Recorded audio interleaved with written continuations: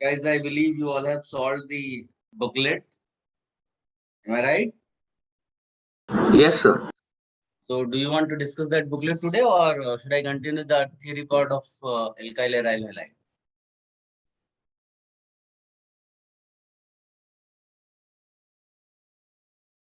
What you all have decided?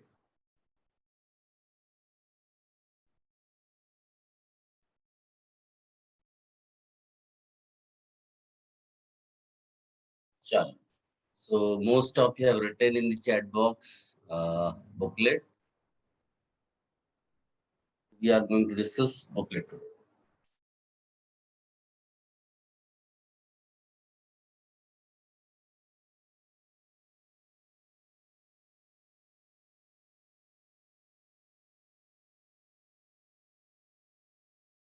Let me write first all the questions which you have as doubt.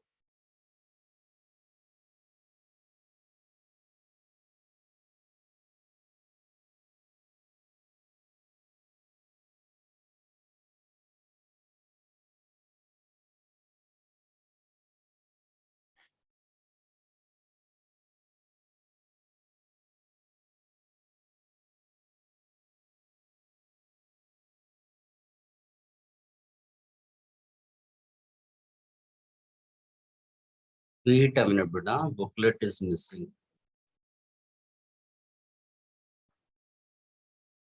Till then, you all keep on writing a number of questions, whatever you want in exercise one, first one.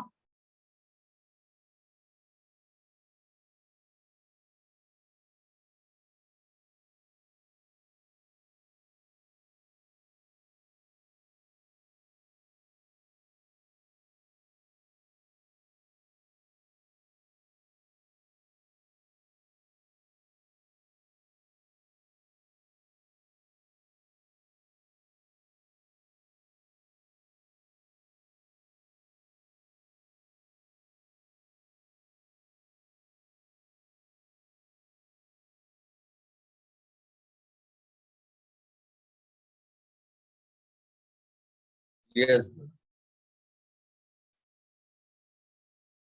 Home assignment one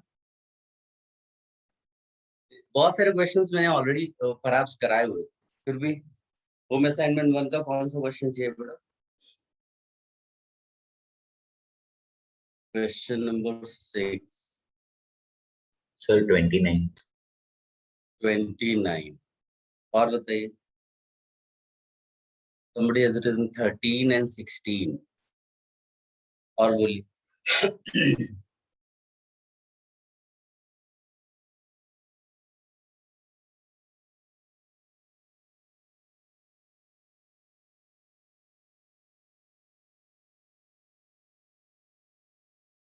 और बोलिए बेटा. Sir, 31st. 31st.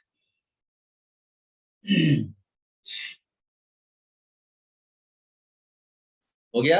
बस इसको discuss करें पहले.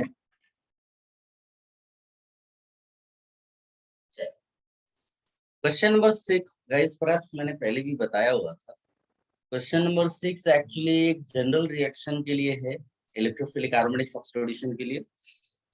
Electrophilic aromatic substitution में when benzene ring is attacked by any electrophile,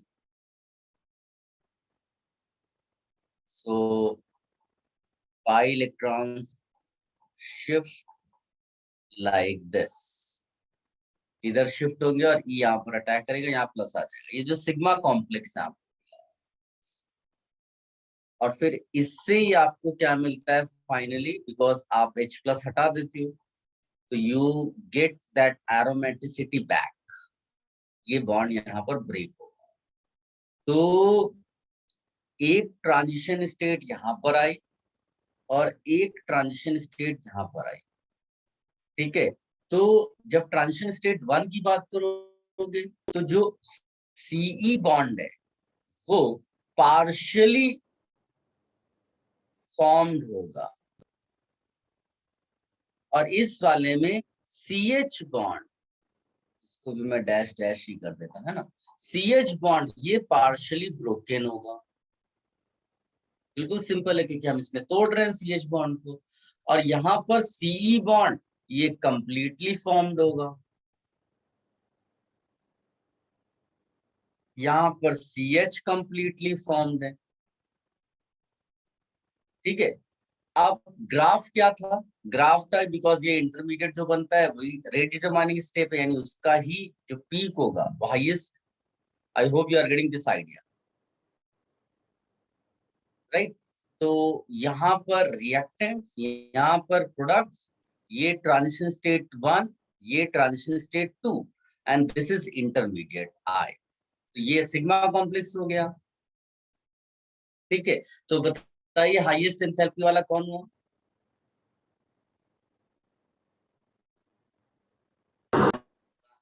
हाँ, transition state 1। Copy कर लो। ट्रांजिशन स्टेट 1 जो है वो ऐसा आपको चेक करना है जिसमें CE बॉन्ड पार्शियली फॉर्म्ड हो और CH बॉन्ड पार्शियली, सॉरी, ये पार्शियली फॉर्म्ड हो और ये कंप्लीटली फॉर्म्ड है, ठीक है, CH वाला। तो ऐसा मेरे ख्याल से आप देखोगे तो 2 दिया हुआ है ना। यहाँ पर ये इसको 3 मान लो, नीचे वाला इसके बाद जो ट्रांजिशन स्टेट आएगा 4 ट्रांजिशन स्टेट होगा और प्रोडक्ट आपका 5 हो जाएगा। Perhaps this is clear to everyone. Copy कर लो बेटा, इसको छोड़ना नहीं है आप, ये सारे क्वेश्चंस बहुत अच्छे वाले हैं।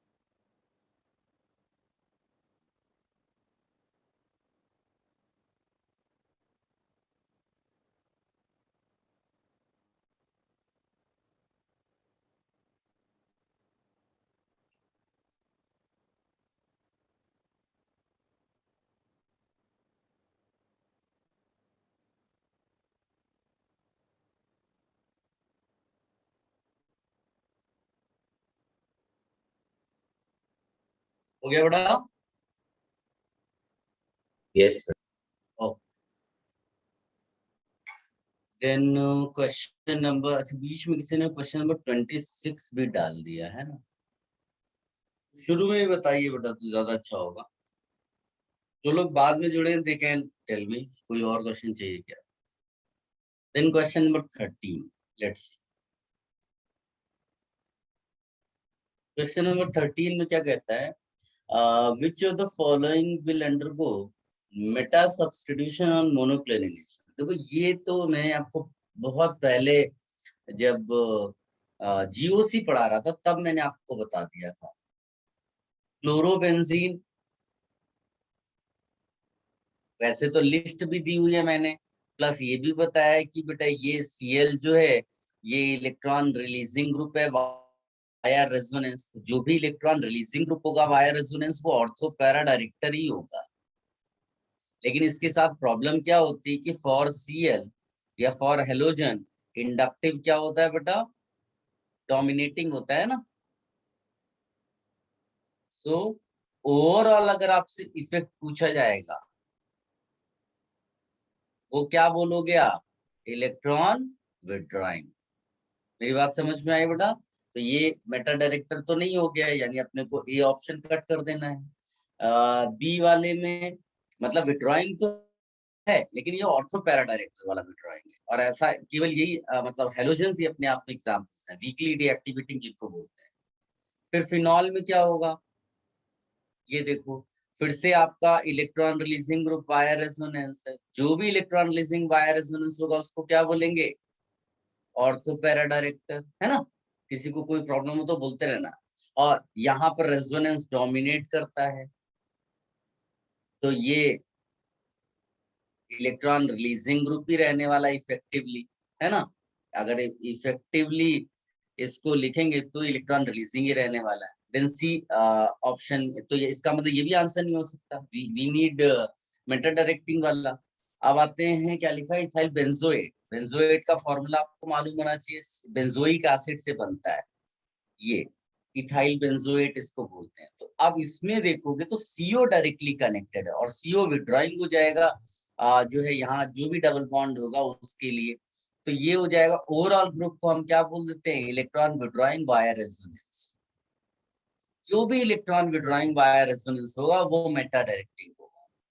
ठीक, तो ये अपना तो डेफिनेटली आंसर है। इथॉक्सी बेंजीन में क्या है बेटा, इथॉक्सी यानी कि ये, तो यहाँ फिर से ऑक्सीजन है, ये इलेक्ट्रॉन रिलीजिंग हो गया वाया रेजोनेंस, और इलेक्ट्रॉन रिलीजिंग वाया रेजोनेंस को हम लोग बोलेंगे ortho para direct. Any confusion बेटा? इसको मैं सीधे ये बोल देता कि आप उसमें लिस्ट में देख लो, लेकिन मैंने आपको कॉन्सेप्चुअली फिर से वो रिवाइज करा दिया, तो आप इसको देख लो अच्छी ढंग से, कोई इशू हो तो बोलो।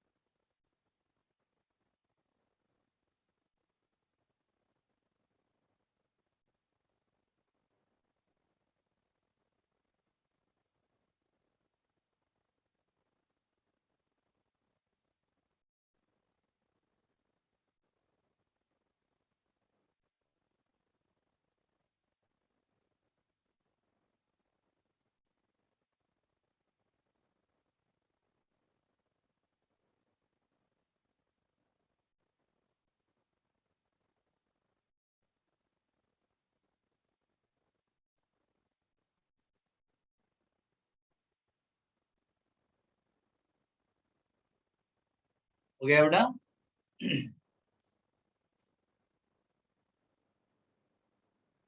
Yes, sir.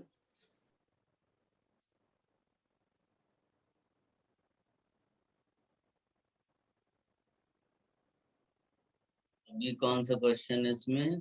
16 कोई ये स्क्रीनशॉट भी लेते रहना बेटा, इसका स्क्रीनशॉट ले लो और फिर ग्रुप में भी डाल देना बेटा, तो इसका कोई ना कोई बच्चा स्क्रीनशॉट लेता रहे, इसका भी ले लो।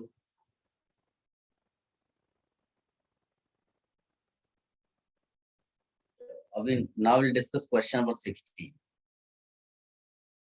क्वेश्चन नंबर 16 में कहता है a particular form of tribromobenzene melts at this, इससे कोई लेना देना नहीं है।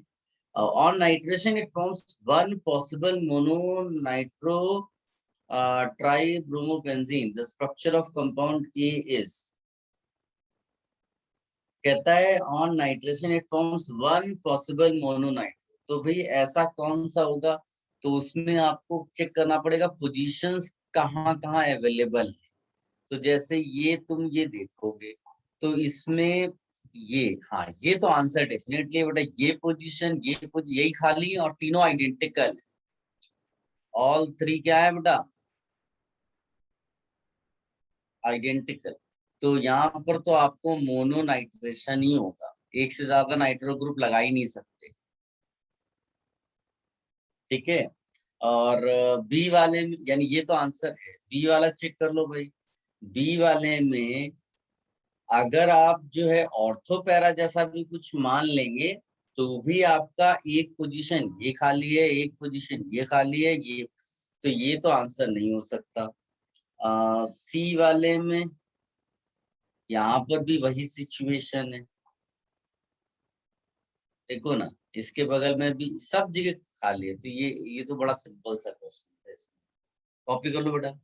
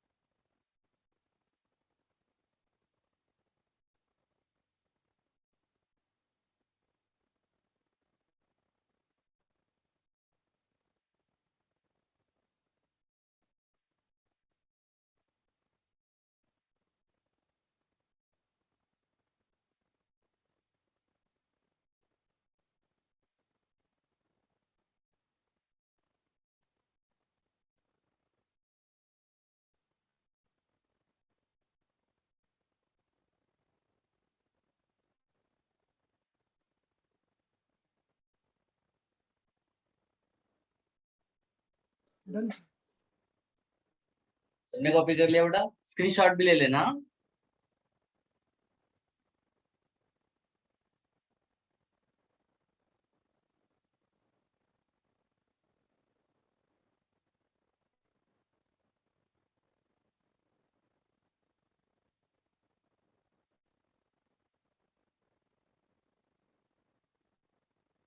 फिर कौन सा क्वेश्चन है बेटा? ये क्वेश्चन नंबर 26 है ना?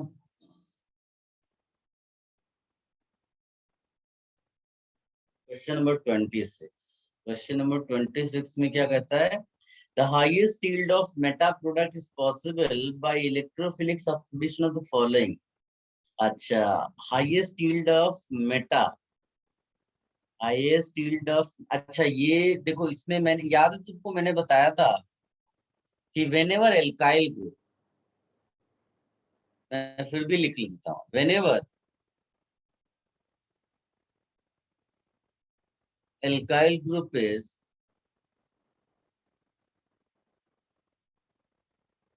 connected to benzene ring,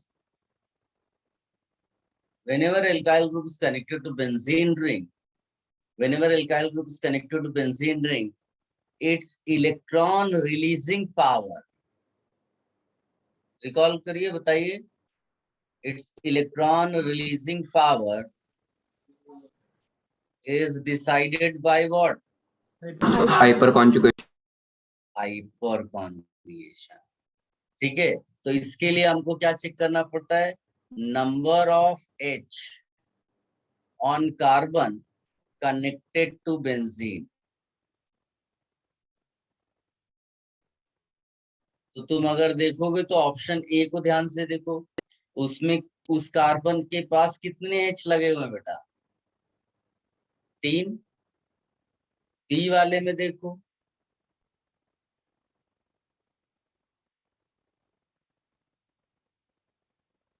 ये तो यहाँ पर ये लगा दिया है ना, तो यहाँ 2 ही है, यानी कि ये ऑर्थोपैरा डायरेक्टर भी है और एक्टिवेटिंग भी है। ये भी ऑर्थोपैरा डायरेक्टर है और एक्टिवेटिंग है।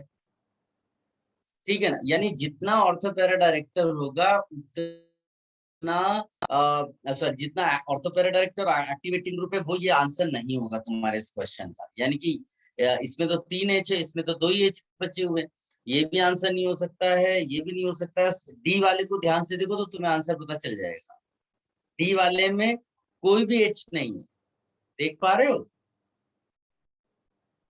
और सब विड्रॉइंग वाले ग्रुप तुमने 3-3 लगा दिए, यानी कि जो भी मेटा प्रोडक्ट मिलेगा वो इसी में मैक्सिमम मिलेगा। ठीक है, बाकी सब में तो ऑर्थोपैरा डायरेक्टर वाले ही मिलेंगे। देख लो, किसी को कोई कंफ्यूजन है बेटा?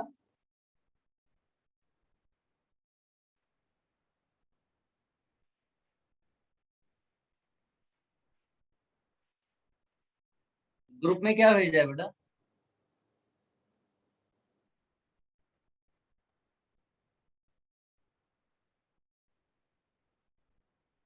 अच्छा, स्क्रीनशॉट की बात, हाँ हाँ, वेरी गुड बेटा,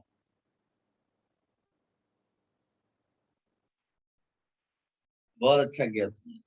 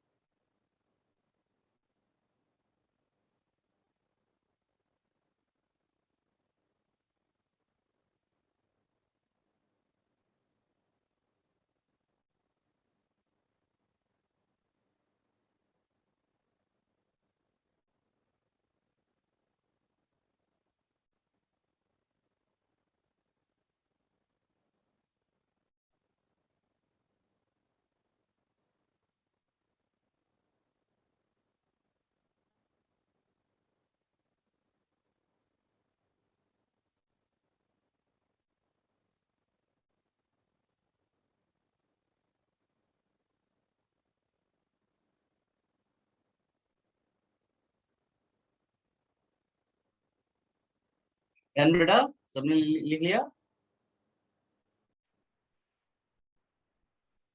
Yes, sir. अच्छा, कौन सा नेक्स्ट क्वेश्चन क्या था? 29 ना? 29 फिर 31 बताना। 29th question. 29th में क्या है? Which of the following is most reactive towards sulphonation? Okay, तो इसमें मोस्ट रिएक्टिव टुवर्ड्स सल्फोनेशन, पहले ए ऑप्शन को देख लेते हैं। सिंपल है, कोई ऐसा नहीं है इसमें। ये देखना रहता है रीइंफोर्स्ड पोजीशन है कि नहीं, रीइंफोर्स्ड पोजीशन। तो ये एक दिया हुआ है, एक ऑर्थोजाइलिन दिया हुआ है, एक टॉलुइन दिया हुआ है। देखो टॉलुइन वाला तो पहले ही हटा दोगे, क्यों?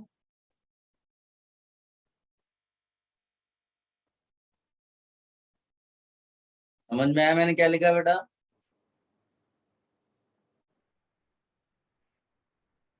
इसको देखो, ये ऑर्थो पैरा डायरेक्ट, इसका पैरा ये है, क्या इसका ऑर्थो ये है? नहीं, इसका ऑर्थो ये और पैरा ये है, यानी कि दो अलग अलग पोजीशन है, रीइंफोर्स्ड पोजीशन नहीं है। जबकि इस वाले में देखोगे तो या ये और इसका ऑर्थो है, यानी इसके रिस्पेक्ट में ऑर्थो है, इसके रिस्पेक्ट में निकला पैरा, और ये दोनों ऑर्थो पैरा डायरेक्टर, यानी कि रीइंफोर्स्ड पोजीशन हो गई। यानी दोनों लोग कह रहे हैं कि ग्रुप को यहीं पर लगाओ, तो ऑफ कोर्स रिएक्टिविटी बढ़ जाएगी ना। कोई कोई कोई कोई कैंसलेशन ही नहीं हो रहा है कि ये कुछ और कह रहा है और ये कुछ और, दोनों कह रहे हैं कि इसी पोजीशन पे लगा। तो जब एक ही पोजीशन पे कोई कहा जाएगा तो रिएक्टिविटी ज्यादा होगी रिलेटिव। क्या सब बच्चों को समझ में आया बेटा? तो इसका A answer definitely.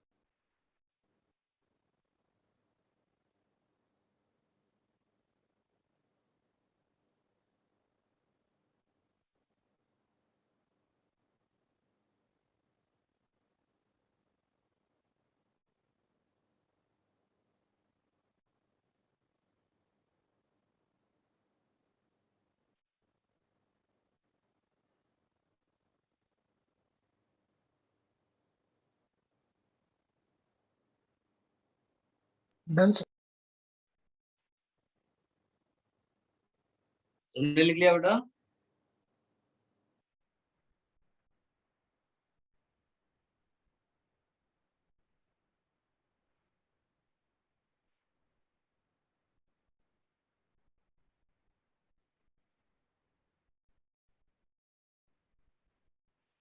Yes, sir. Okay, next question कौन सा? 31 था राइट ना? Yes, sir.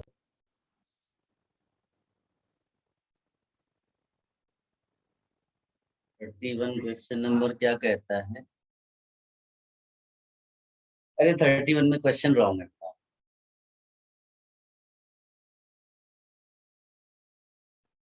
just change the answer as this.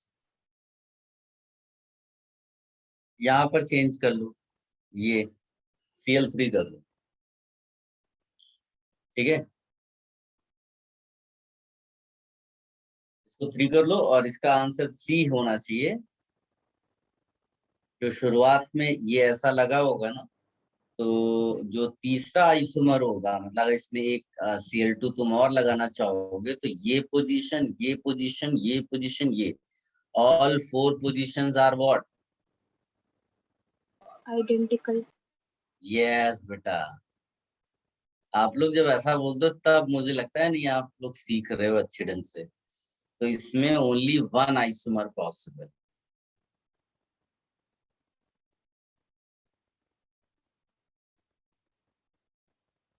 ठीक है, इसको नोट कर लो बेटा।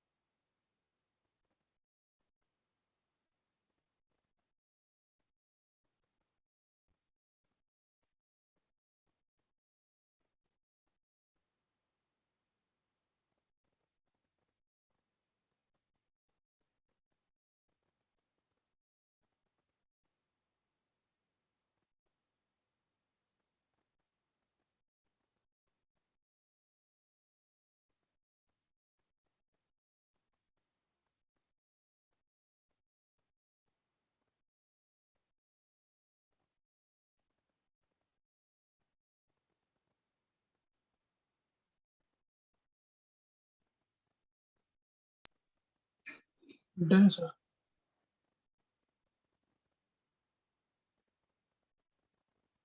सबने कॉपी कर लिया बेटा इसको?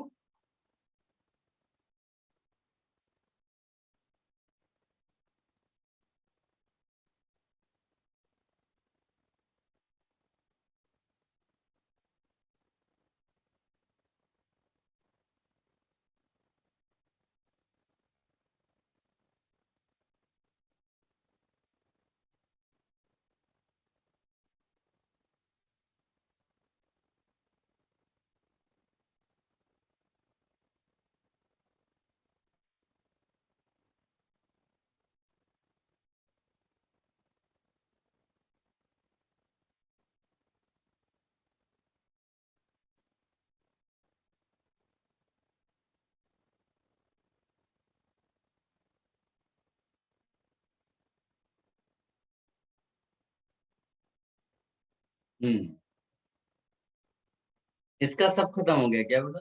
एक मिनट, हाँ चलो। अब मेरे को आप बताइए कि नेक्स्ट एक्सरसाइज में कौन सा क्वेश्चन चाहिए। होम असाइनमेंट 2 बताइए बेटा। somebody has written question number 18, question number 22 और बताइए बेटा। क्वेश्चन नंबर 10 भी दिया हुआ है किसी ने, क्वेश्चन नंबर 11 भी दिया हुआ है, सर 8 8 भी दे दिया। ओके, और सर, कौन? सर 27 का सी। 27 का सी, और बोलो। किसी ने 16 भी लिखा है, बस इतने ही क्वेश्चन।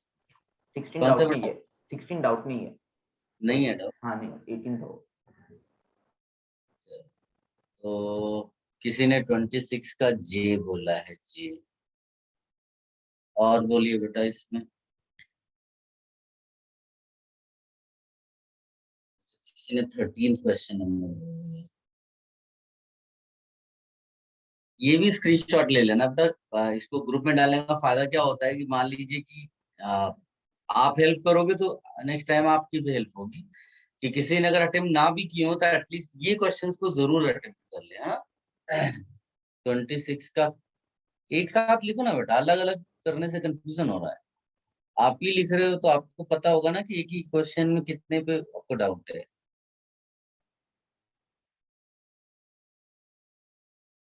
अभी देखो कंफ्यूजन हो रहा है, L not okay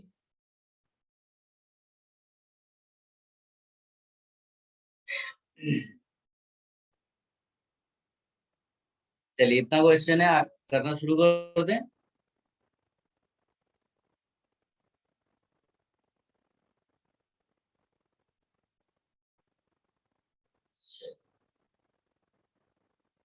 question number 8 से शुरुआत करते हैं। नंबर 8 कहता है ring nitration of dimethyl benzene results in the formation of only one. ये तो आपको आ जाना चाहिए। मैंने अभी भी बोला कि आपको पोजीशंस देखनी है कितनी पॉसिबल है। आइडेंटिकल होंगी सारी पोजीशंस तो एक ही बनेगा। तो इसका सी ऑप्शन मुझे साफ साफ दिखाई दे रहा है बेटा।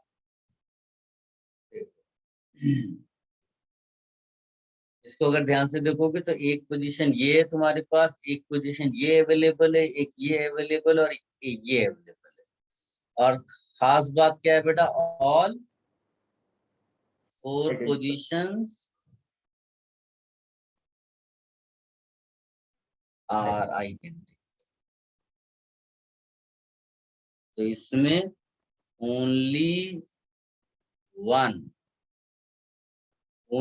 One nitro group can be substituted.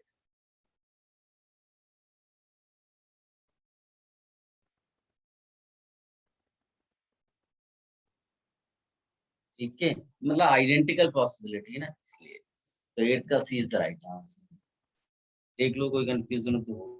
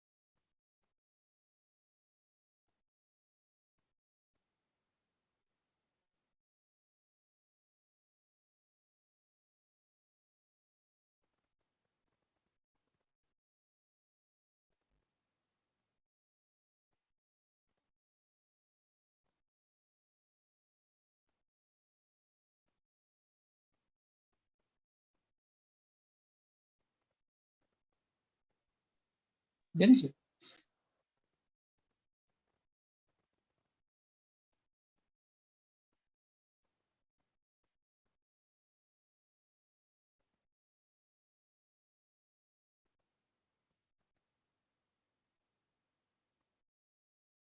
Done sir.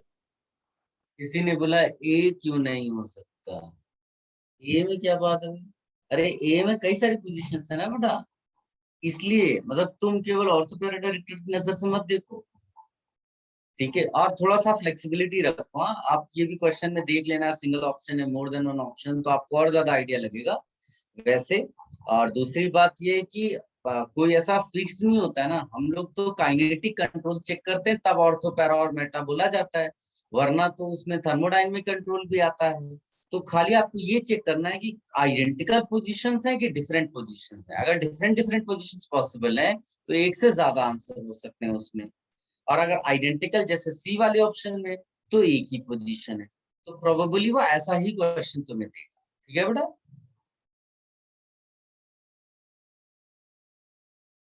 Next कौन सा क्वेश्चन है? 10th है ना। क्वेश्चन नंबर 10 में if meta nitroaniline is chlorinated the major product. तो भाई NH2 जो है ये ऑर्थो पैरा डायरेक्टर है, और NO2 क्या है बेटा? Meta direct. किसकी बात मानी जाएगी ओरिएंटेशन के Ortho. लिए? ऑर्थो पैरा डायरेक्टर की बात मानी जाएगी फॉर ओरिएंटेशन। तो इसका मतलब है कि तुमको NH2 के ऑर्थो पैरा पे लगाना है।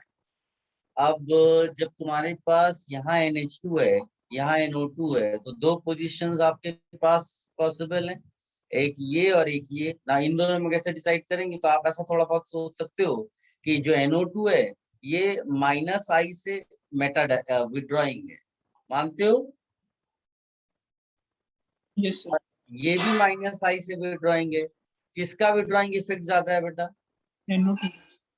तो इसीलिए हम लोग इसको नहीं यहाँ प्रेफर करेंगे, ठीक है ना?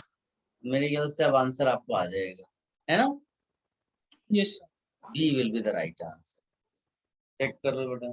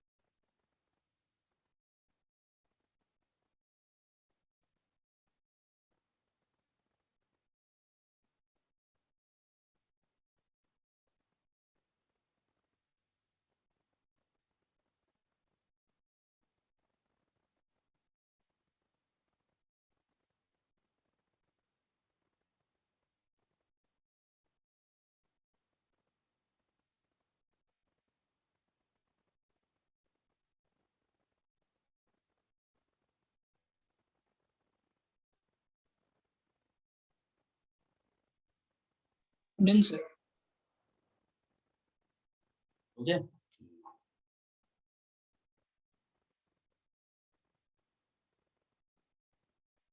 फिर कौन सा क्वेश्चन था बेटा इसमें? नेक्स्ट किसी ने स्क्रीनशॉट 11th. लिया हो? 11th ना? 11th में क्या है भाई? An aromatic compound of this was nitrated when three isomers of formula this were obtained. 3 isomer लाना है ना इस बार? ओके, तो आपको 3 डिफरेंट पोजीशंस इसका मतलब होनी चाहिए। लेट्स सी, पहले वाले में कहता है ऑर्थो डाइब्रोमो ऐसा, तो इसमें देखो कितनी डिफरेंट पोजीशंस हैं। एक ये पोजीशन है ना? और एक ये पोजीशन है, यानी ये लोगे तो ये नहीं लोगे, ये लोगे तो ये नहीं लोगे, है ना? हाँ, तो 2 डिफरेंट पोजीशन, है ना? तो ये आंसर नहीं हो सकता। Perhaps this is clear to everyone. B वाले में मेटा डाइब्रोमो कहता है, तो देखो इसमें कितनी पोजीशंस अवेलेबल है। एक तो ये पोजीशन अवेलेबल है, इसके अलावा ये लोगे तो ये नहीं लोगे, और एक पोजीशन वो नीचे जो आपको मिल रही है ये वाली, है ना? हाँ, तो यहाँ 3 डिफरेंट पोजीशंस आ गई। क्या सबको क्लियर हुआ बेटा? ये आंसर डेफिनेटली हो जाएगा। इसी तरह सी वाला चेक कर लो भाई, कोई और आंसर तो नहीं है। तो अब ये तो पहले भी किया हुआ है, all 4 positions are, Identity. all 4 positions are identical, all 4 positions are identical, तो इसमें ओनली 1, है ना? ये आप और डी वाले में, डी तो कुछ है ही नहीं, इसको कॉपी कर लो बेटा।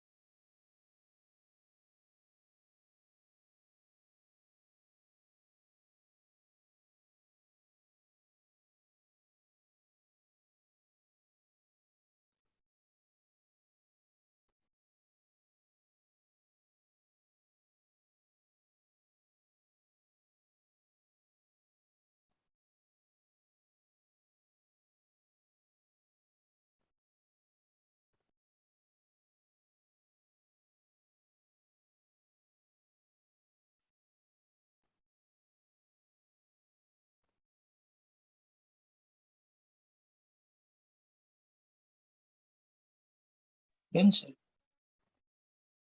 कॉपी कर लिया बेटा?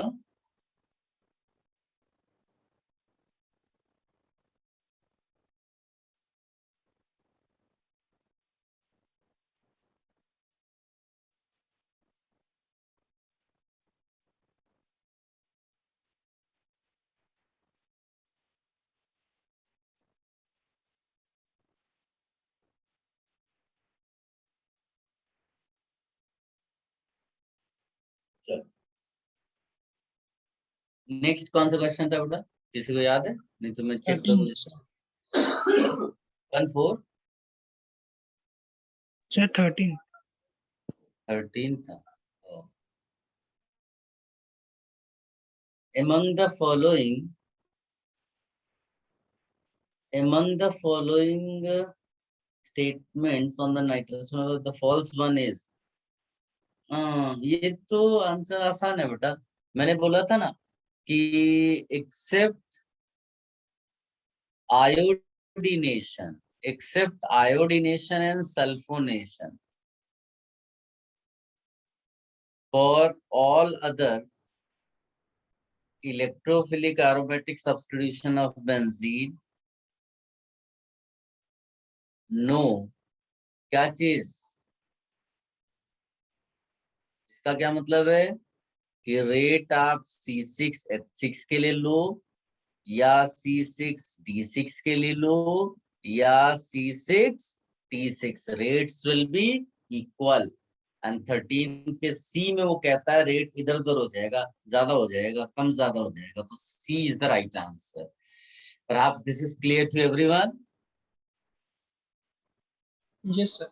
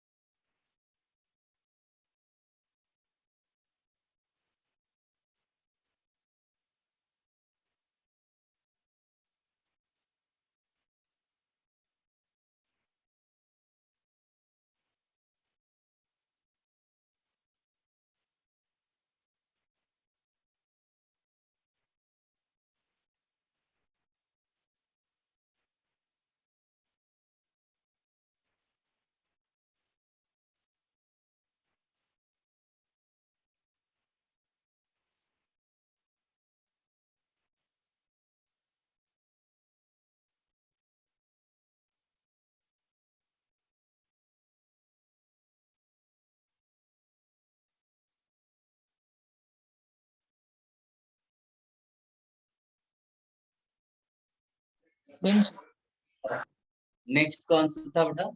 18. नंबर 18।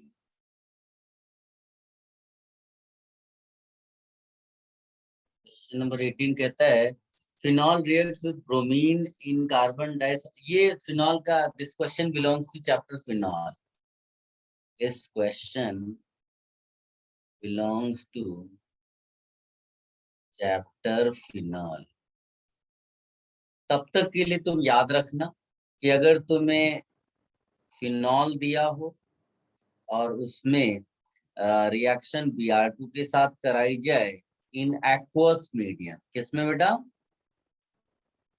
एक्वस मीडियम में, तो OH is an activating group और स्ट्रांगली एक्टिवेटिंग ग्रुप है, तो तीनों जगह Br लगा देता है जितनी पोजीशन उसकी ऑर्थो पैरा की पॉसिबल है। लेकिन अगर तुमने इसी Br2 को लो पोलैरिटी सॉल्वेंट में लिया, किस में लिया बेटा? लो पोलैरिटी सॉल्वेंट, जैसे कि कार्बन डाइसल्फाइड हो गया, तो एक ही जगह Br लगता है and para position is least crowded, तो ये इसलिए ये प्रोडक्ट बनता है। ये आप याद रखना, ठीक है? और इसके लिए भी याद रखना ये भी है कि अगर OH के बदले इससे अच्छा और आ गया तो इसमें तो और कंट्रोल करना डिफिकल्ट हो जाता है। तो इसमें भी तीनों जगह पर पोजीशन इस तरह से आपको मिलेगी। ठीक है, इसमें ज्यादा डिस्कशन नहीं करेंगे, इसका तो जब आएगा चैप्टर तब कर लेंगे। एक और खास बात कि जब ये रिएक्शन होती है, even other groups like COOH, SO3H are also replaced by Br if present at ortho and para position। ये भी लिख लेना बेटा, ठीक है। ये सब बाद में डिस्कशन करेंगे, अभी के लिए इतना मेरे ख्याल से इनफ है फॉर दैट पर्टिकुलर क्वेश्चन। और उस टाइप के एक दो और क्वेश्चन भी तुम्हें मिलेंगे, ठीक है, इस बात को आप ध्यान देना, ठीक है। किसी ने कहा है कि क्या बोलते हैं बी गिवन है। हाँ तो कोई प्रॉब्लम नहीं, ऑर्थो पैरा डायरेक्टर तो है ही ना बेटा, OH ऑर्थो पैरा डायरेक्टर है। OH क्या है? ऑर्थो पैरा डायरेक्टर है। तो अगर कोई ऐसा बोलता क्वेश्चन कि मेजर प्रोडक्ट क्या होगा, तो आप इसको लिखोगे, वरना तो ऑर्थो पोजीशन पे भी लगाना है। समझ गए?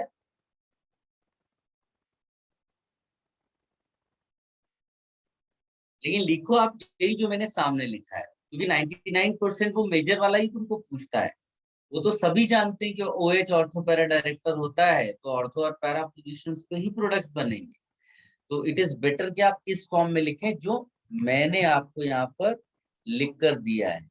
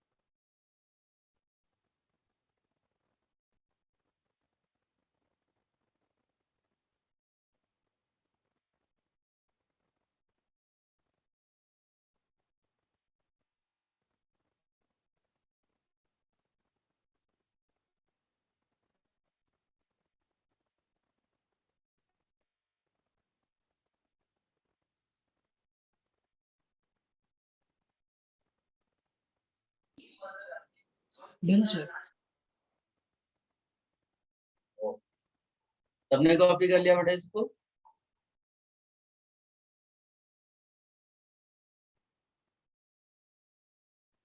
Yes sir. चलो नेक्स्ट कौन सा क्वेश्चन था बेटा? Sir 22nd 26 right? 22 sir. 2 okay. देखो 22 टाइप का अगर कोई क्वेश्चन आया, टाइप क्यों बोल रहा हूँ, क्योंकि कई बार ऐसी सिचुएशन आएगी कि तुमको पता नहीं चलेगा कि वो 5 रिएक्शंस बेंजीन की हैं, उनमें से कौन सी रिएक्शन से ये मैच करता है। देखिए ऐसा तो है नहीं कि आप इन्फिनिट रिएक्शंस रट लेंगे, तो आपको रिलेट करना पड़ेगा चीजों को। तो बेंजीन की 5 रिएक्शन जो हमने पढ़ी है, पांचों में एक चीज तो क्लियर है कि इलेक्ट्रोफाइल अटैक करता है। अगर मैं तुमको HOCl के बारे में पूछूं कि इसमें तुम ध्यान से देख के बताओ कि प्लस किसके ऊपर आ सकता है और माइनस किसके ऊपर आ सकता है, तो तुम्हारा स्ट्रेट आंसर होगा कि OH माइनस बनता है और Cl प्लस बनता है। अगर NOCl लिखा होता तो क्या आता? NO प्लस Cl माइनस आता है बेटा। ये सब स्टैंडर्ड रिएजेंट्स है, इनको याद रखना। तो ऐसी सिचुएशन में जो इस पर्टिकुलर क्वेश्चन की मैं बात करूं तो ये क्वेश्चन नंबर 22 में हम बोलेंगे Cl plus is electrophile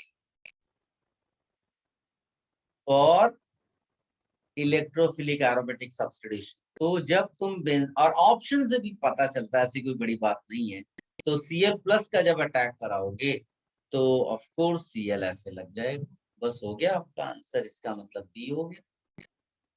any confusion बेटा?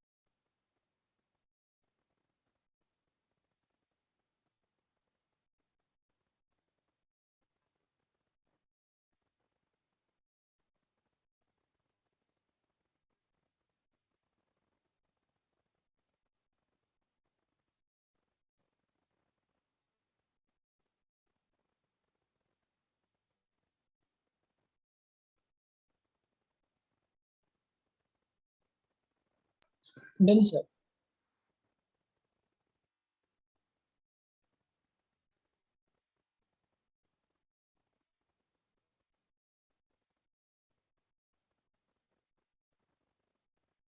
नेक्स्ट कौन सा क्वेश्चन था बेटा? Sir, 26. 26? तो ये सब्जेक्टिव क्वेश्चन था। तो Plus 26 का JLK. जे एल के देख लेते हैं भाई। जे कहाँ पर गई? अच्छा, जे एल के एल तुम्हें इसलिए आया नहीं आया होगा क्योंकि ये नैप्थलीन है ना। तो नैप्थलीन का तुम्हें कॉन्सेप्ट याद करो, मैंने लिखवाया है। क्या बोलते हैं ये, अगर थोड़ा बहुत भी तुम रिकॉल कर पाओगे तो ये जो पोजीशन है ना अल्फा वाली, यही पोजीशन, वेरी गुड सिद्धार्थ। तो फिर तुम्हारा ही डाउट है, तुम ही जो है अब बता रहे हो अल्फा पोजीशन पे अटैक कराना होता है ना। और दूसरी चीज मैंने बताई थी, जब कोई ग्रुप लग जाता है तो ग्रुप एक्टिवेटिंग ग्रुप है तो उस वाली रिंग पे सोचना होता है। तो जैसे तुम जे वाली की बात करोगे तो ओ एच ग्रुप लगा है यहाँ पर, तो ये रिंग को क्या करेगा, एक्टिवेट करेगा। यानी ये वाली रिंग जो हो गई वो क्या हो गई, एक्टिवेटेड रिंग हो गई। और इसका ऑर्थो पैरा पोजिशन देख लो तो मेरे ख्याल से स्ट्रेट आपको ये पोजीशन पे अटैक फीजिबल है, हो गया तुम्हारा। इसी तरह से तुम के वाले को देख लो, के वाले में एक रिंग के साथ NO2 लगा है और एक रिंग के साथ क्या लगा है बेटा, CS3। तो एक्टिवेटेड रिंग कौन सी हो गई, लेफ्ट। ये। यानी अटैक यहीं पर होगा।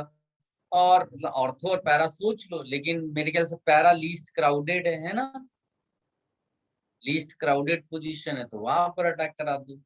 तो के भी अपना हो गया। एल वाले में देखो,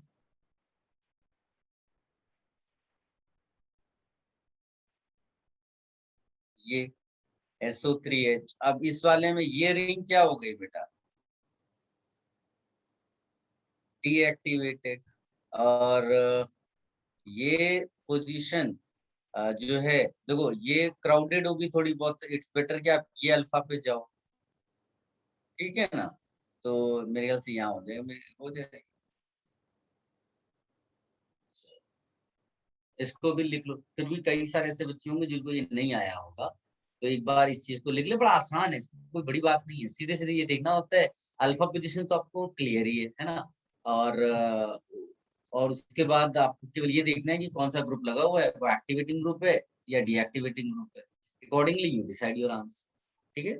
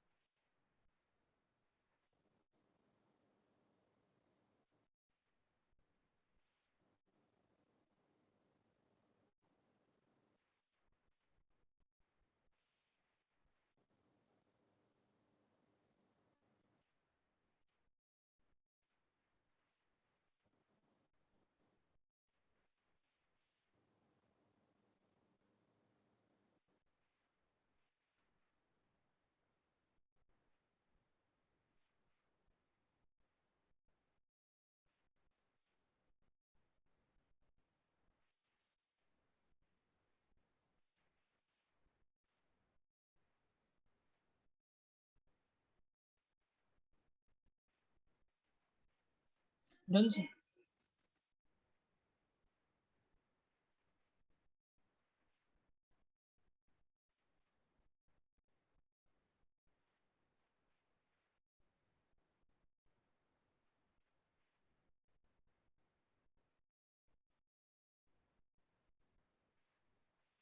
सबने लिख लिया? Yes, sir. तो अब इसका पूरा क्वेश्चन हो गया ना बेटा, इसका होम असाइनमेंट 2 का, राइट? सर 27 का सी। 27 बाकी है, 27 के सी में। अरे तो ये आसान है ना, इसमें तो केवल जो एक्सट्रीम लेफ्ट वाली रिंग है वो एक्टिवेटेड रिंग होगी। क्यों? क्योंकि उसके साथ CS3 लगा हुआ है। और राइट वाले रिंग में तो डीएक्टिवेटिंग वाले ग्रुप्स लगे हुए हैं, लेफ्ट में भी और राइट में भी लगे हुए हैं। तो जो CS3 जो तुमको दिख रहा है ना जिस रिंग के साथ, उसी के ऑर्थो पोजीशन पे लगा लो, क्योंकि पैरा तो ब्लॉक्ड है। समझ में आया बेटा? Yes, sir. अब आप सब लोग मुझे बताओ बेटा होम असाइनमेंट 3 का।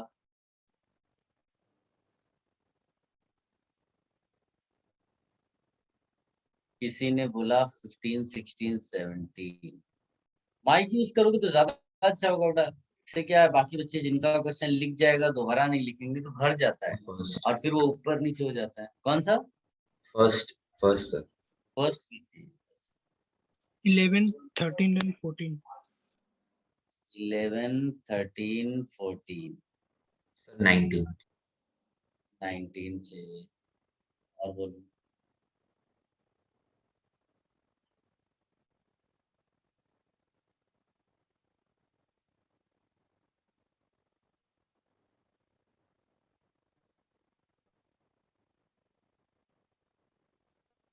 बस इतने क्वेश्चन है ना? तुम्हें एक्चुअली एक क्वेश्चन 9 था वो जरूर पूछना चाहिए। इस क्वेश्चन किसी ने पूछा ही नहीं 9 वाला।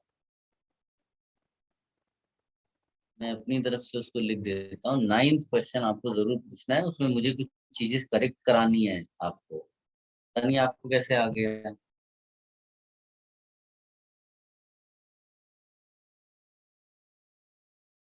ठीक है, स्टार्ट करते हैं इसको। अब फर्स्ट क्वेश्चन पे आते हैं।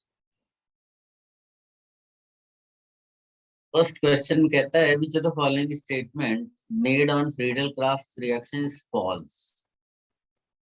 व्हेन बेंजीन एंड नाइट्रोबेंजीन, मेरे को यही लग रहा है,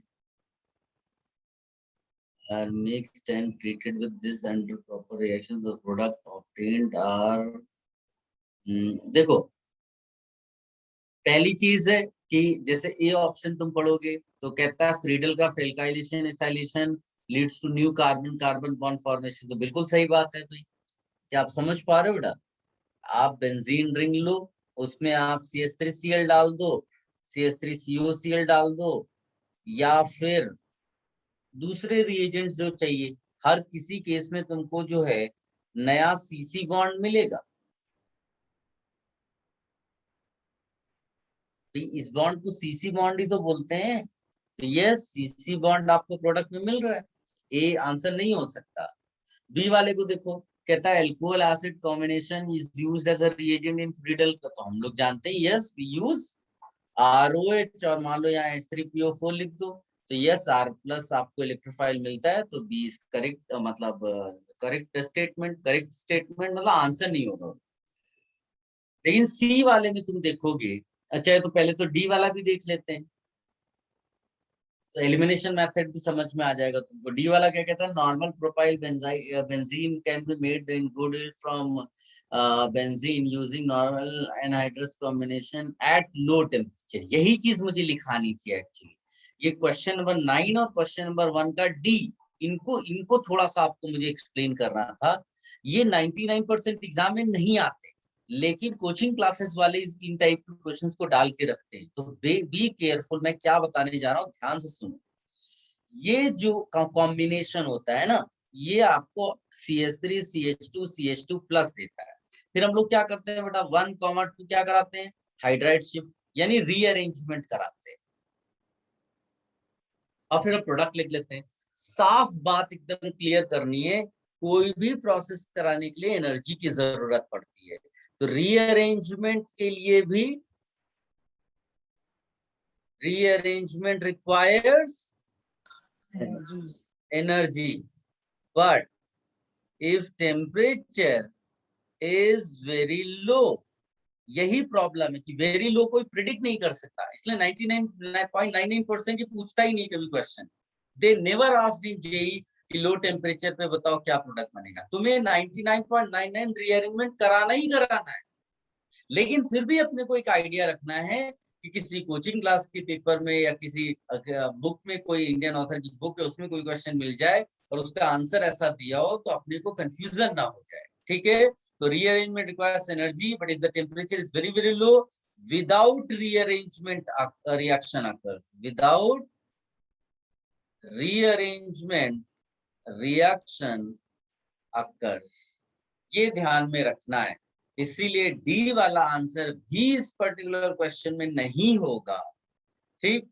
तो सी वाला वैसे ही बाय डिफॉल्ट ही आ जाएगा, मतलब 3 आपने एलिमिनेट कर दिए। अब लेकिन फिर भी आप इसको ध्यान से पढ़ो, जो तुम्हारा ये दिया हुआ है इसमें कोई खास अपना फर्क नहीं पड़ता है, और सीधे सीधे इसमें तुमको जो क्या बोलते हैं एसाइलेशन है उसको यूज करो तो तुमको पता चल जाएगा।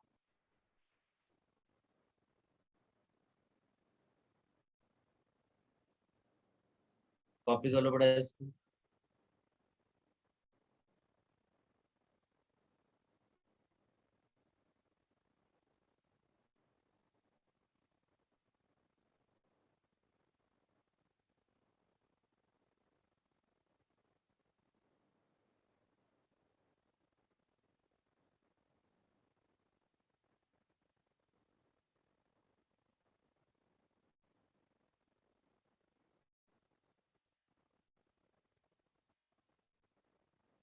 कोई भी डीएक्टिवेटिंग ग्रुप लगा रहता है तो फ्रीडल ग्राफ रिएक्शन नहीं होती ना, इसीलिए सी ऑप्शन हटा देना।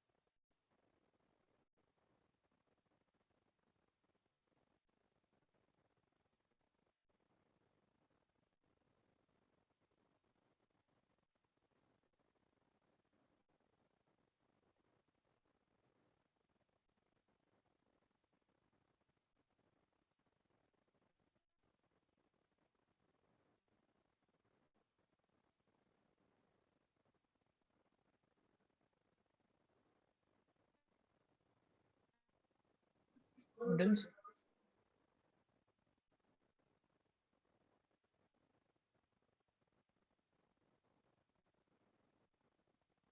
सबने कॉपी कर लिया? Yes.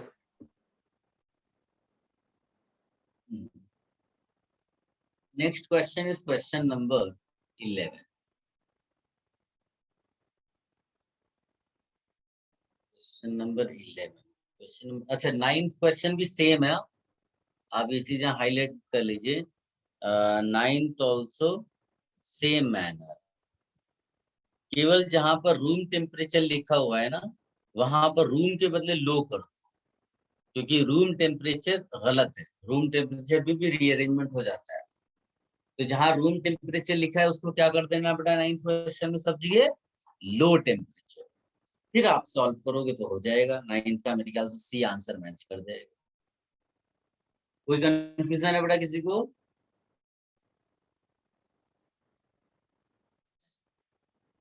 इलेवेंथ क्वेश्चन देख लेते For preparing monoalkyl benzene, alkylation process preferred than direct alkylation. बिल्कुल सही है बेटा। इसका स्ट्रेट फॉरवर्ड रीजन है कि एल्काइलेशन में पॉली एल्काइलेशन हो जाता है कि भाई आपने बेंजीन जैसे लगाया और सोचा CH3Cl के साथ रिएक्शन करा लें, तो जो है तुम्हारा यहाँ पर प्रॉब्लम क्या हो जाता है कि ये जो ग्रुप है ये एक्टिवेटिंग ग्रुप है, एक्टिवेटिंग ग्रुप है। जबकि जो तुम्हारा मान लीजिए कोई ऐसा ग्रुप लगा है COCH3, ये डीएक्टिवेटिंग ग्रुप है। तो होता क्या है कि इसका फर्दर रिएक्शन होता चला जाता है जबकि ये स्टॉप हो जाता है। तो ऐसा किस में दिया हुआ है? 11th के C में दिया हुआ है। क्लियर है बेटा? किसी को कंफ्यूजन को बोल दिया हूँ क्योंकि मैं इतना सब लिख नहीं रहा हूँ, बोल रहा हूँ, लेकिन अगर कहीं कंफ्यूजन हो जाए और समझ में नहीं आया तो इमीडिएट यू आस्क। इसको भी कॉपी कर लो बेटा सब लोग।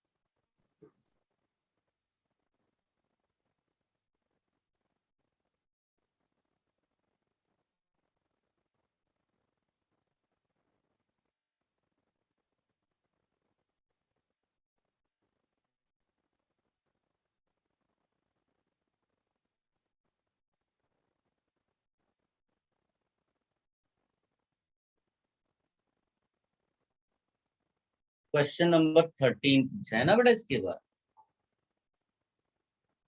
Yes sir. आइसोप्रोपाइल बेंजीन, ये सारे आंसर्स इसके होंगे, है ना। 13th में ए वाले में सबसे पहले एक्चुअली AlCl3 के बदले बेटर होता कि वो क्या देते, प्रोटॉन से, तो हम लोग सीधे सीधे क्या बना देंगे ये, और इसको अटैक करा दो, ठीक है ना। बी वाले में भी रीअरेंजमेंट कराओगे, है ना, रीअरेंजमेंट होगा इसका, और अगर रीअरेंजमेंट होगा तो ये बन जाएगा। लो टेम्परेचर तो कह नहीं रहा है ना, तो फिर हम यही कराएंगे, और ये कराएंगे तो बस ये भी वही आंसर दे देगा। सी वाले में देखोगे तो उसमें भी CH3 CH प्लस CH3, ये भी वही आंसर देगा, तो इसका मतलब ऑल हो जाएगा। ठीक है, किसी को कोई कंफ्यूजन है? कॉपी करते रहिए बेटा।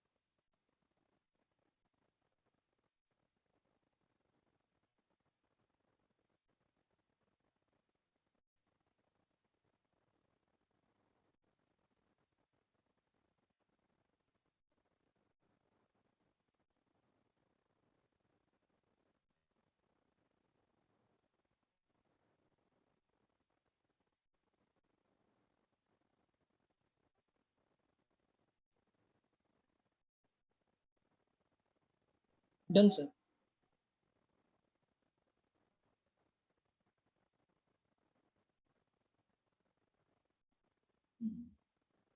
नेक्स्ट कौन सा क्वेश्चन था बेटा? 14। 14।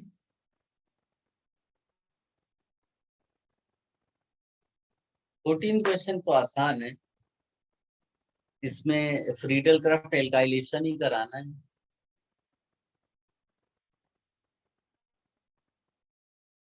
तो इसमें सीधे सीधे इसको हटा देना है, यहाँ पर कार्बोकेटायन। अच्छा, ये इसीलिए देखो, ये थोड़ा सा कंट्रोवर्शियल क्वेश्चंस होते हैं कि रीअरेंजमेंट के चांसेस होते हैं, लेकिन इसमें दो चीजें देखी जाती है, रिंग का कितने साइज का बन रहा है, ठीक, और जो लुईस एसिड है वो अगर वीक डालो तो बहुत अच्छा रहता है, क्योंकि उसमें रीअरेंजमेंट नहीं होता है। तो इसने क्या किया है, SnCl4 जो है ना, एक वीक लुईस एसिड डाला है, तो इसमें सीधे सीधे यहाँ पर जाकर के अटैक करेगा, ये वाला पार्ट ही निकलते ही, और आपको जो है 6 मेंबर रिंग बनेगा। वैसे तो ये क्वेश्चन बहुत ही आसान है, क्योंकि एक ही में उस तरह का रिंग फॉर्मेशन दिया हुआ है, जिसमें बी वाले में तो आपको उसने डबल बॉन्ड फालतू में बनाकर दे दिया है। तो A is perfect answer this question. फिर भी कॉन्सेप्चुअली मैं बता रहा हूँ कि they will give you a weak Lewis acid अगर वो रीअरेंजमेंट नहीं करना चाहते हैं। और दूसरी सबसे इंपॉर्टेंट बात है, कितने साइज का रिंग बनता है उस पर भी डिपेंड करता है कि रीअरेंजमेंट आपको दिखाना है वहां की नहीं दिखाना है। कॉपी कर लो बड़ा इसको।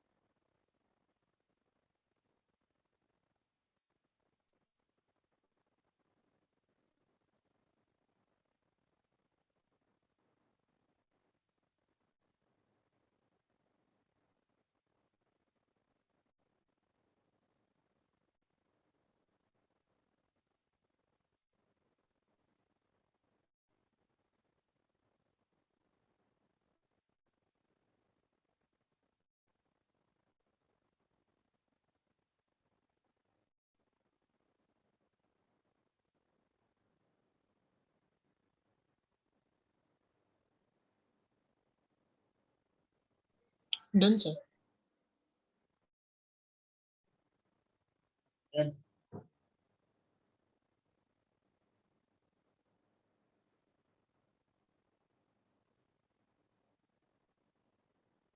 अब नेक्स्ट कौन सा क्वेश्चन था बेटा इसमें, किसी को याद है? स्क्रीनशॉट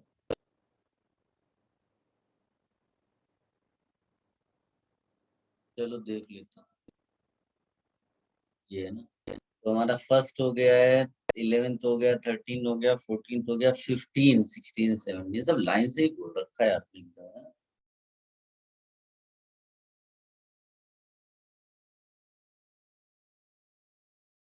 तो 15th क्वेश्चन में कहता है an aromatic compound A C7H6Cl2 gives AgCl on boiling with the alcoholic HNO3 solution and yields C7H7OCl on treated with sodium hydroxide. A on oxidation gives a monochlorobenzoic acid which holds only one mononitro derivative. देखो इसमें जानते हो खास बात ये है कि पहले दो स्टेटमेंट बेकार दिए, हर एक कंपाउंड जो कार्बोकेटायन बना सकता है वो AgCl प्रेसिपिटेट देगा ही देगा HNO3 के साथ। तो स्पेशली ये जो कंपाउंड होता है ना, जिसमें भी CH2 बेंजीन के साथ लगा और उसी CH2 से Cl लगा हो, इसका Cl निकालना बड़ा आसान है। क्यों? क्योंकि इसका कार्बोकेटाइन हाईली स्टेबल है। आई होप आप ये पॉइंट समझ पा रहे हो। तो इस टाइप का कहीं पर भी मिलेगा, इसमें अगर तुम AgNO3 डालोगे, you are going to get AgCl white precipitate. Unfortunately, in all you have, so we fail to decide answer on the basis of AgNO3. I hope आप सब समझ पा रहे हो। फिर किसी भी कंपाउंड में जिसके पास ये है, वो SN2 रिएक्शन भी देता है। तो अगर तुमने QH डाल दिया तो तुम्हारा CH2OH बन जाएगा। सब में हो रहा है ये, केवल केवल और केवल डी वाला ऑप्शन ऐसा है बिकॉज उसने बोला है कि गिव C7H7OCl, यानी Cl एक और होना चाहिए था, डी डज नॉट है। इसमें सारे हो सकते थे आंसर, इस वाले में डी एलिमिनेट कर दोगे, डी नहीं हो सकता क्योंकि extra Cl is not present.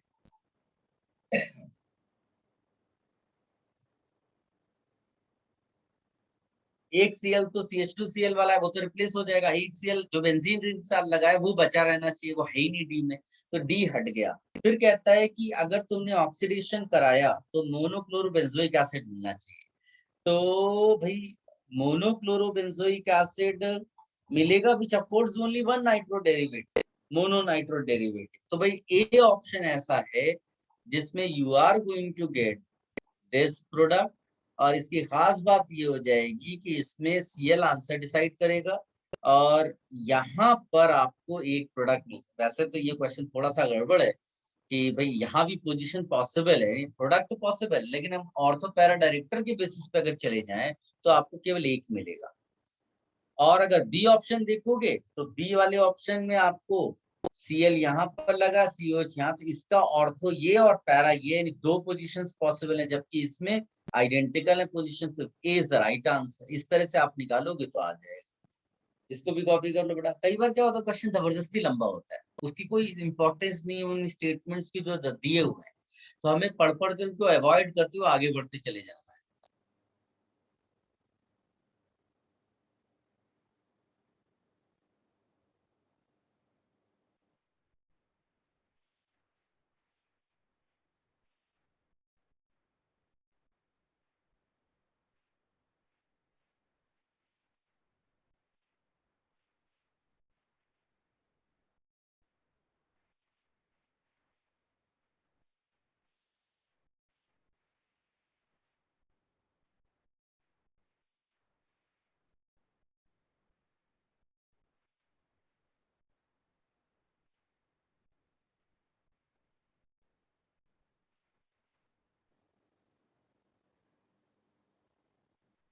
बेटा ग्रुप 2 में जो केमिस्ट्री वाले हैं वो लोग भी स्क्रीनशॉट डाल दें, ग्रुप 1 वाले ने तो उसने सारे स्क्रीनशॉट्स डाल दिए हैं बेटा।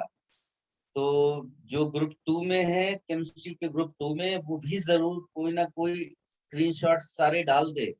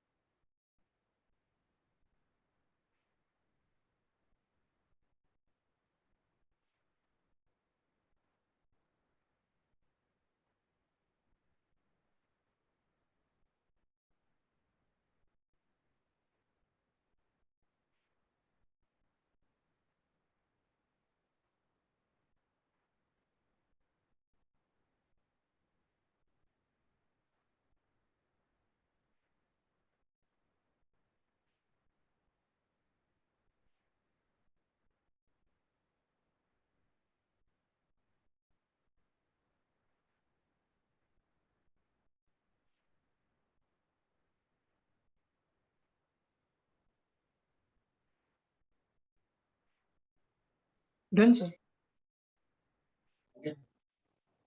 फिर कौन सा क्वेश्चन था बेटा? 16th।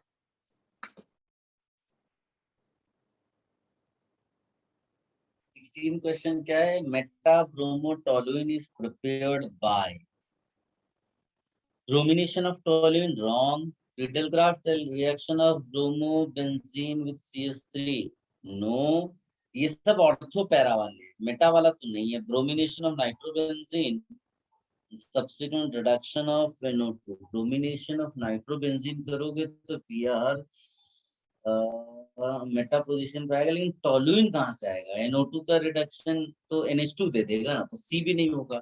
यानी अगर एलिमिनेशन मेथड से जाओगे तो D तक पहुंच जाओगे, लेकिन डी वाला थोड़ा सा अलग सा है, क्योंकि हमने एरोमेटिसिटी कोई सॉरी एरोमेटिक कंपाउंड सारे तो नहीं पढ़े, खाली हाइड्रोकार्बन पढ़ा है, इसलिए थोड़ा सा प्रॉब्लम है. बाकी अगर मैं लिखूं तो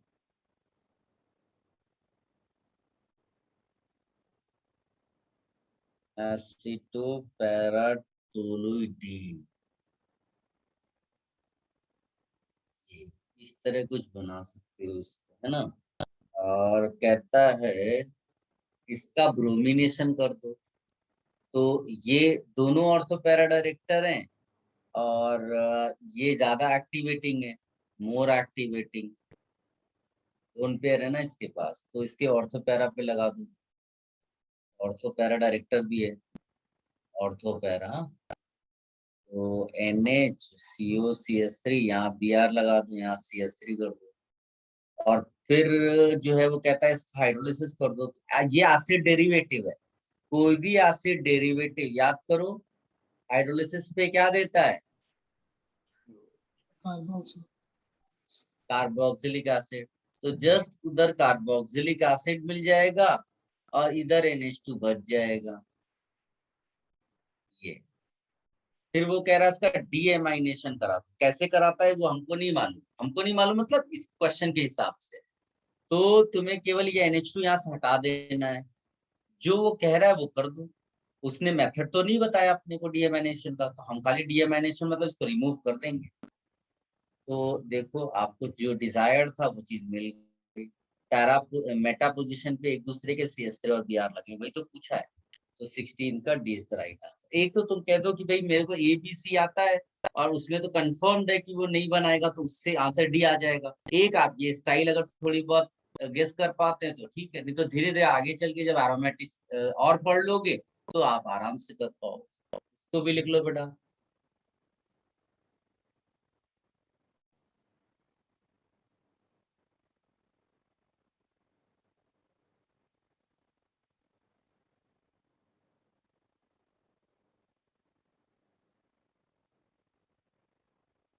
वेरी गुड आंसर बेटा, आपने डाल दिए सारे स्क्रीनशॉट. Very good.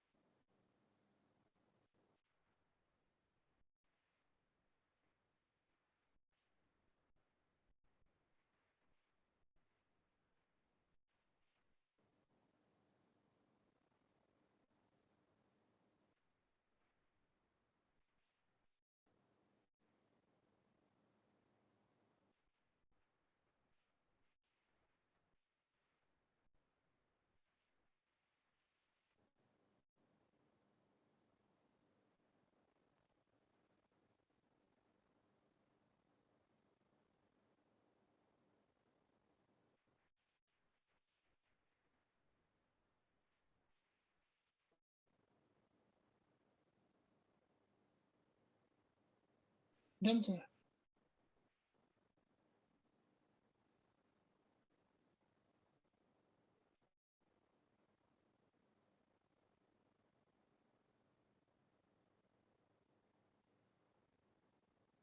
हाँ, फिर कौन सा क्वेश्चन पूछा था बेटा? 17 ना? Yes. 17 वाले में थोड़ा सा दिमाग लगाने की जरूरत है। बेंजीन रिंग है, ये बताइए बेटा, बेंजीन रिंग पे अटैक कौन करता है? एक इलेक्ट्रोफाइल, राइट ना? और दूसरी खास बात है कि तुम्हारे पास जो ऑप्शंस में लिखे हुए हैं ना, वो सारे के सारे एक्चुअली में जो है वो एसिड डेरिवेटिव की तरह उसको ट्रीट करो। प्रोडक्ट को ध्यान से देखो, प्रोडक्ट में क्या बना कर दे रहा है, प्रोडक्ट में ये बना कर दे रहा है, यानी तुमको ये हिस्सा कनेक्ट कराना है। तुम एसाइलेशन के बारे में सोच सकते हो ऐसा, लेकिन उसके साथ NH2 ये कनेक्टेड होना चाहिए। ऐसा ऐसा कौन दे सकता है? तो ऐसा तुम्हारा ए ऑप्शन में मिल सकता है, ऐसा तुम्हारा बी ऑप्शन में मिल सकता है, सी में नहीं मिलेगा क्योंकि NH2 खुद लीविंग ग्रुप हो जाएगा वहां पर, डी वाले में भी नहीं मिलेगा क्योंकि वहां पर जो है जो NH2 है वो खुद लीविंग ग्रुप है।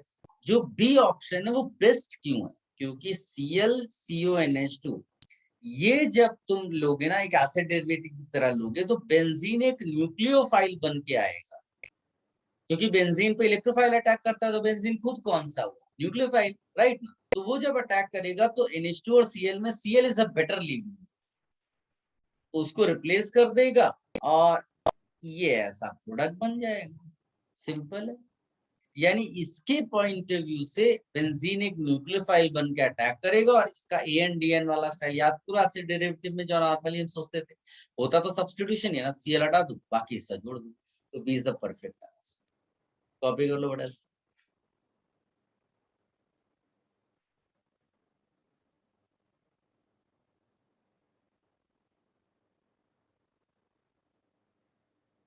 बहुत सारा ये क्वेश्चंस का आज डिस्कशन हुआ, आप थक भी गए होंगे। ये एक्सरसाइज पहले कंप्लीट कर लेते हैं और फिर उसके बाद आप रेस्ट करना। इसको कंप्लीट कर लो। हाँ?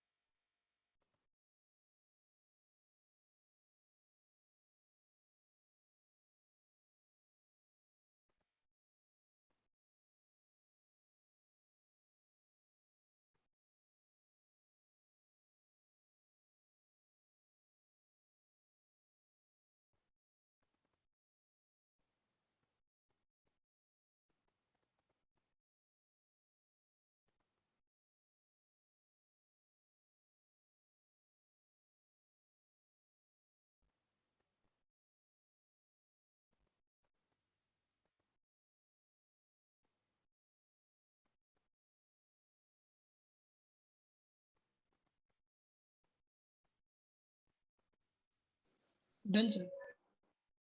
हो गया। नेक्स्ट कौन सा क्वेश्चन था बेटा इसमें? Sir, 19.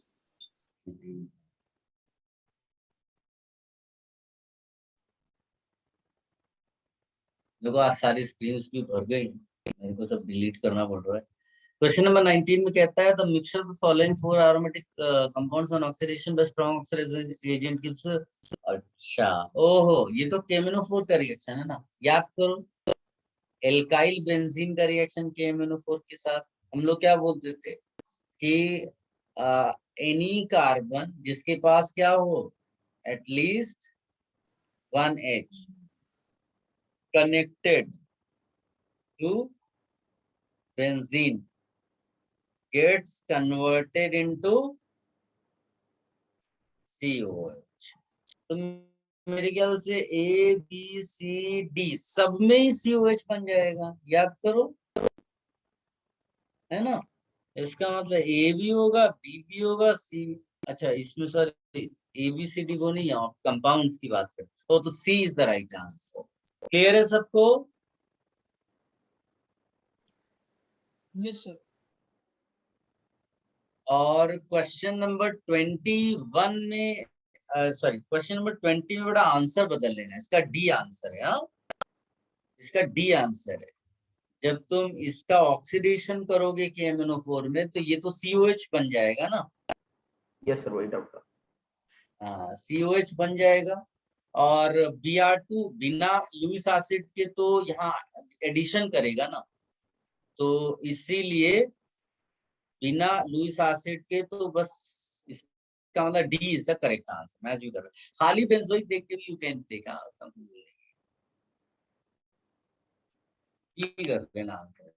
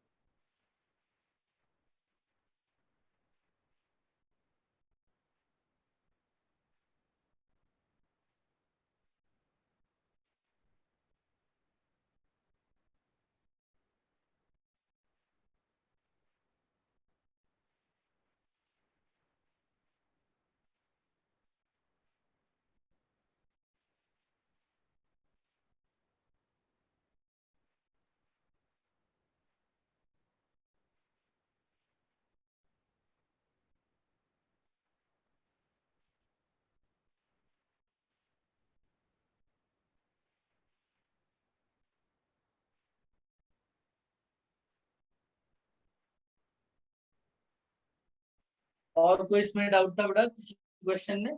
ये सारे हो गए?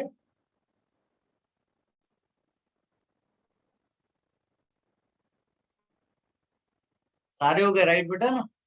अब नेक्स्ट लेक्चर में हम लोग गेट इक्विप्ड वाले क्वेश्चंस कर लेंगे, उसके बाद फिर कंटिन्यू करेंगे। गेट इक्विप्ड में मेरे ख्याल से अब आप दोबारा एक बार अटेम्प्ट कर लेना, पर डाउट्स आपको कम ही होंगे। ठीक है, चलो अगर ये हो गया हो तो फिर आप रेस्ट करो अभी, है ना।